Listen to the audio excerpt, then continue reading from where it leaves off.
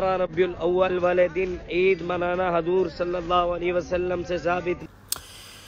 پیارے بھائی، آپ کو جو پڑھے ہوئے نہیں ہیں، آپ بالکل ایسی ہیں تو بچے آپ پہلے آپ کے پاس پڑھیں، آ کر اصول پڑھے دین کے۔ آپ یہ کہہ رہے ہیں جو اللہ کے رسول نے کام نہیں کیا، اگر وہ آپ کر رہے ہیں تو یہ غلط ہے۔ ہمارا یہ دعویٰ نہیں ہے۔ ہزاروں کام ہیں جو اللہ کے رسول نے نہیں کیے، وہ صحابہ نے کیے ہیں، جو صحابہ نے نہیں کیے پھر وہ تابعین نے کیے ہیں، جو تابعین نے کیے تو وہ تابعین نے کیے ہیں۔ مجھے یہ بتاؤ، یہ تم جو مدرسے میں پڑھ رہے ہو، یہ مدرسے رسول اللہ کے زمانے میں اس طرح کے نصاب تھے؟ نہیں تھے نا۔ یہ جو مساجد آپ تم دیکھ رہے ہو، یہ مساجد رسول اللہ کے دور میں تھیں؟ یہ مینار بنانا، گنبد بنانا مساجد کے اوپر، یہ رسول اللہ کے دور میں تھا؟ پوری دنیا بناتی ہے، عرب اہل عرب بناتے ہیں۔ اللہ کے رسول نے قرآن کریم کو جمع کر کے ایک کتاب کی صورت میں نہیں ڈالا، صحابہ کرام نے ڈالا۔ بتاؤ جو اللہ کے رسول نے کام نہیں کیا وہ دین میں ایڈ کرنا کیسا ہے؟ بلکہ عمر فاروق، صحیح بخاری میں ہے، عمر فاروق اور ابو بکر صدیق کے درمیان میں یہ جھگڑا ہو گیا کہ تم وہ کام کیسے کرو گے جو اللہ کے رسول نے قرآن کو جمع نہیں کیا، تم کیوں کرتے ہو؟ کیف تفعلوا شیئا لم یفعلہ رسول اللہ صلی اللہ علیہ وسلم۔ جب تم نے علم اپنا کمپلیٹ نہیں کیا پھر تم اعتراض کرتے ہو۔ پھر کسی بریلوی کا میری جان تم چیلنج کر رہے ہو، تم آ جاؤ نا، آؤ میرے ساتھ، میرے یوٹیوب پہ لائیو میرے ساتھ مناظرہ کرو، آؤ میرے ساتھ یوٹیوب پہ، میرا نمبر میں بول رہا ہوں لکھو، +92 306 580 9793۔ واٹس ایپ پہ رابطہ کرو، میں یوٹیوب کا لنک دوں گا، یوٹیوب پہ لائیو مناظرہ کریں گے۔ اگر ماں کا دودھ پیا ہے حلالی، کوئی پتر ہے وابی، کسی نے ماں کا دودھ پیا ہے اور وابیوں کی ماؤں نے اگر ان کو حلالی پیدا کیا ہے تو آؤ یوٹیوب پہ میرے ساتھ مناظرہ کر لو، میرا نبی پر جو حلالی ہیں، جنہوں نے ماں کا دودھ پیا ہے نا، اگر وہ گندے نطفے سے پیدا نہیں ہوئی ہے، ان کی ماؤں کے ارحام النساء میں نطفۃ النجسہ موجود نہیں ہے اگر، تو آؤ میں تمہیں چیلنج کرتا ہوں، آؤ میرے ساتھ مناظرہ کرو، یوٹیوب پر لنک دوں گا، لنک پہ بیٹھ کے لائیو مناظرہ کرتے ہیں۔ یہ تو ہو گیا پہلی بات۔ دوسری بات یہ یاد رکھو، دین میں جو کام رسول اللہ کرتے ہیں اور اس پہ امر خداوندی آتا ہے تو وہ فرض ہوتا ہے۔ جو کام رسول اللہ امر دیتے ہیں، حکم دیتے ہیں اسے کرنے کا، یا قرآن دیتا ہے امر مطلق وجوب کا ہوتا ہے، وہ واجب ہوتا ہے۔ جس کام کا رسول اللہ نہ تو حکم دیں اور نہ ہی جناب والا کوئی خاص قرآن کی آیت نازل ہو تو اس کو رسول اللہ صرف اپنی عادت سے کریں تو اس کو کہتے ہیں سنت۔ اس کے بعد جو کام رسول اللہ نہ حکم دیں نہ خصوصی عادت سے کریں لیکن شریعت میں اس کے جواز موجود ہو، اس کو کہتے ہیں مستحب۔ اس کے اوپر ظنی و ثبوت، ظنی و دلالہ روایت اگر دلیل ہو، ظنی ثبوت بھی ہو، ظنی و دلالہ بھی ہو تو وہ مستحب ہوتا ہے۔ جو کام نہ رسول اللہ نے کیا ہوتا ہے، نہ صحابہ نے کیا ہوتا ہے، نہ قرآن میں حکم ہوتا ہے، کہیں بھی نہیں ہوتا، ایسا عمل کرنا ثواب ہوتا ہے، مستحب ہوتا ہے جناب والا۔ جیسا کہ آج مدارس بنا کر کے ان کے نصابوں کی ترتیب بنا کے، ان کے ایگزامینیشن ہال بنا کے، ان کے گورنمنٹ کی حکومتوں کے انڈر پیپر دلوا کے ہم کرتے ہیں، یہ مستحب ہے۔ کعبۃ اللہ کے اوپر اتنے اربوں خربوں کا احلاف چڑھانا مستحب ہے۔ اس کے بعد یہ کعبۃ اللہ کی سائڈوں کو پختہ کر دینا مستحب ہے۔ صحیح کے مقام پر جہاں مائی حاجرہ ننگے پاؤں پتھروں پہ دوڑی تھی وہاں پہ ٹیلے لگا دینا مستحب ہے۔ آب زمزم کی کنویں کو محفوظ کر دینا مستحب ہے۔ میری بات آپ سمجھا رہی نہیں آ رہی ہے؟ جو مساجد کو مزین کرنا رسول اللہ کے زمانے میں، تابعین کے زمانے میں نہیں تھا، مستحب ہے۔ حدیث کو صحابہ نے نہیں، تابعین نے نہیں، تبع تابعین کے بعد محدثین نے جمع کیا۔ رسول اللہ کو اپنی شرطوں کے اوپر، رسول اللہ کی حدیث کو اپنی شرطوں پہ جمع کرنا یہ مستحب تھا تو محدثین نے کیا۔ رسول اللہ نے نہیں کہا تھا کہ میری حدیثوں کو اپنی شرطیں بنا کے ان پہ جمع کرتے رہنا۔ بخاری کی شرط غلط بھی ہو سکتی ہے، انسان تھے نا۔ اگر بریلویوں کی اماموں کی جو ہے نا اصول غلط ہو سکتے ہیں تو بخاری کا اصول غلط کیوں نہیں ہو سکتا؟ وہ نبی تھے۔ تو یہ تمہاری غلط فہمیاں ہیں۔ اللہ کے رسول کوئی کام نہ کریں اور اس پہ ممانعت نہ ہو تو وہ کام جائز ہوتا ہے۔ رسول اللہ کا نہ کرنا کسی کام کو وہ شریعت میں حرام نہیں ہے۔ یہ تم نے کہاں سے قانون نکالا ہے؟ کتنے کام آج اور ہم کر رہے ہیں، یہ جو ہے ویڈیو کے ذریعے تم ویڈیو بنا رہے ہو، رسول اللہ نے ٹک ٹاک میں ویڈیو بنا کے دین پلایا تھا۔ تو یہ جو کام رسول اللہ نے منع نہ کیا ہو، جو کام رسول اللہ نے منع کیا، اگر رسول اللہ نے کہا ہے کہ بطور خوشی کے دن میرے پیدا ہونے کے دن کو نہیں منانا تو دکھاؤ، ہم نہیں مناتے۔ اگر رسول اللہ نے اپنے پیدائش کے دن کو خوشی کے طور پہ منانے کو منع کیا ہے تو دکھا دو، ہم خاموش ہو جائیں گے۔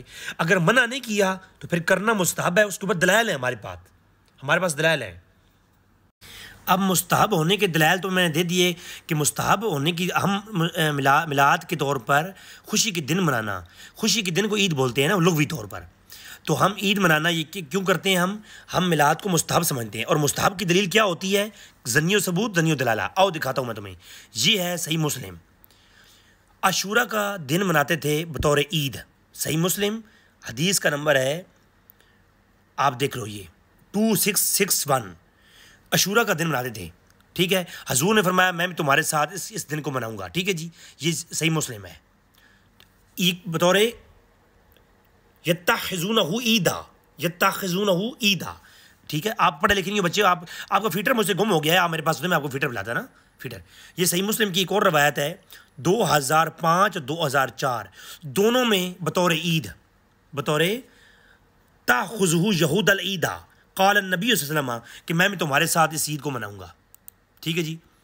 یہ رسول اللہ نے اس دن کو اپنے ساتھ منایا. یہ ہے 5658 اور 5660 صحیح مسلم. اس کے اندر بھی یہ بطور عید منایا گیا، عاشورہ کا دن، صحیح، ٹھیک ہے. اب آتے ہیں ایک اور بات کی طرف. یہ ہے ابن ماجہ. جمعے کے بارے میں وہ دیگر حدیثیں بھی ہیں. حضور نے فرمایا یوم جمعۃ یوم عید، جمعہ عید کا دن ہے. جمعہ عید کا دن بنا کیوں؟ اس لیے کہ یہ دن جو ہے نا، جمعے کا دن، یہ عید الفطر اور عید الاضحیٰ سے بھی افضل ہے. جمعے کا دن عید الفطر اور عید الاضحیٰ سے بھی افضل ہے، کیونکہ اس دن آدم علیہ السلام پیدا ہوئی ہے. اب جس دن آدم پیدا ہوئی ہے وہ عید کا، جس دن موسیٰ علیہ السلام کو فرعون سے نجات ملی وہ عید کا دن. اور مجھے یہ بتاؤ جس دن یہ معاملات ہوئی ہے وہ دن عید کا. تو اب مجھے یہ بتاؤ مصطفیٰ کریم عاشورہ کے دن، عاشورہ کے دن بطور عید جو ہے نا، مصطفیٰ کریم نے بھی عید منائی، اس دن کو منایا. اور جمعے کا دن آپ اور میں عید روزانہ مناتے ہیں، ہر ہفتے مناتے ہیں. کیوں مناتے ہیں؟ آدم علیہ السلام پیدا ہوئی ہے، آدم پیدا ہوں وہ جمعہ عید کا دن. اور جس دن موسیٰ علیہ السلام کو فرعون سے نجات ملے وہ نعمت کا دن، عید کا دن. اور قرآن میں ہے، سورہ مائدہ کی آیت نمبر 114 ہے، ربنا انزل علینا مائدۃ من السماء تکون لنا عیدا. جس دن آسمانوں سے پکا پکایا مائدہ نازل ہوا وہ دن بھی عید کا. اب مجھے بتاؤ جس دن یہ سارے چھوٹی چھوٹی نعمتیں آئیں یہ تو دن عید کا. آدم علیہ السلام پیدا ہوئی ہے تو آدم کے پیدا ہونے کا دن عید کا. تو مصطفیٰ کریم کے پیدا ہونے کا دن عید کا ہوا کہ نہ ہوا؟ ہاں جی. اب صحابہ نے میلاد منایا کہ نہیں منایا؟ یہ دیکھو، یہ صحیح بخاری ہے. صحیح بخاری میں ام حبیبہ روایت کرتی ہیں، حضرت عباس نے خواب دیکھا کہ ابو لہب کو دیکھا کہ ابو لہب کو ہر سوار کے دن اس کو پانی دیا جاتا ہے اور عذاب میں تخفیف ہوتی ہے. تو پوچھا گیا کیوں؟ کہا کہ حضور کی پیدا ہونے کی خوشی میں نے صحابہ کو آزاد کیا تھا. یہ صحیح بخاری ہے. اب اس کی ترجمے میں آپ کا ابا جان، آپ کا کون؟ آپ کا پیو سمجھتے ہو نا، یہ پیو ہے آپ کا، یہ شیخ محمد بن عبد الوہاب ندی ہے جی.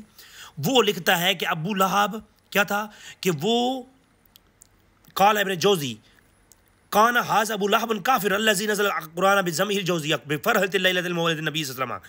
اگر اس کافر کو حضور کے پیدا ہونے خوشی میں اجر ملا ہے، وہ کافر تھا جس کی مضمن میں قرآن نازل ہوا، ٹھیک ہے.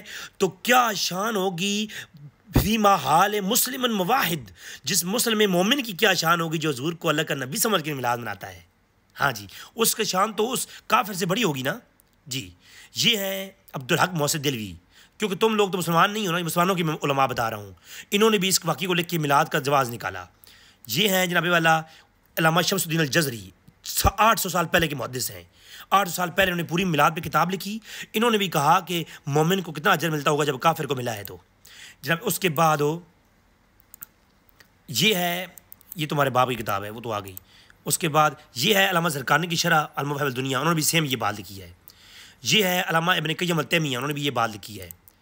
یہ ہے فتح الباری شرح بخاری. ابن حجر کہتے ہیں یہ اللہ کے نبی کے ساتھ خاص ہے کہ ابو لہب کو اجر اس لیے ملا ہے کہ نبی کے پیدا ہونے کی خوشی میں کوئی کافر بھی عمل کرے تو اس کو بھی اجر ملتا ہے. جیسا کہ ابی طالب کا قصہ بدلیل القصۃ ذالک بدلیل القصۃ ابی طالب کما تقدم، کہ ابو طالب کے عذاب میں بھی تخفیف ہوئی ہے، وہ بھی حدیث بخاری میں ہے. یہ ابن حجر کہتے ہیں کہ بخاری کی حدیث جو ہے وہ دلیل ہے ابو طالب کی، کہ ابو طالب کے عذاب میں جو کہ وہ بھی کافر تھے ان کو بھی اجر ملا ہے، تو ابو لہب کو اجر ملا ہے کیونکہ رسول اللہ کی پیدا ہونے خوشی میں اگر کافر عمل کرے تو اس کو اجر ملتا ہے. اور جب کافر کو اجر ملتا ہے، تم کافر بھی عمل کرو نا تمہیں بھی اجر ملے گا، اگر تم نہیں کرتے تو نہ کرو. ہم تو کہتے ہیں کہ شیطان یہ غمزدہ ہے نبی کے پیدا ہونے پر، ہم تو خوشی منا رہے ہیں الحمدللہ سبحان الحمد. تو صحابہ کا عمل بھی آ گیا، صحابہ نے اس کو روایت کیا کہ پیدا ہونے میں خوشی ملتی ہے. یہ صحابہ نے روایت کیا بخاری میں. ام حبیبہ نے روایت کیا، ابن عباس نے روایت کیا، بخاری نے روایت کیا کہ حضور کے پیدا ہونے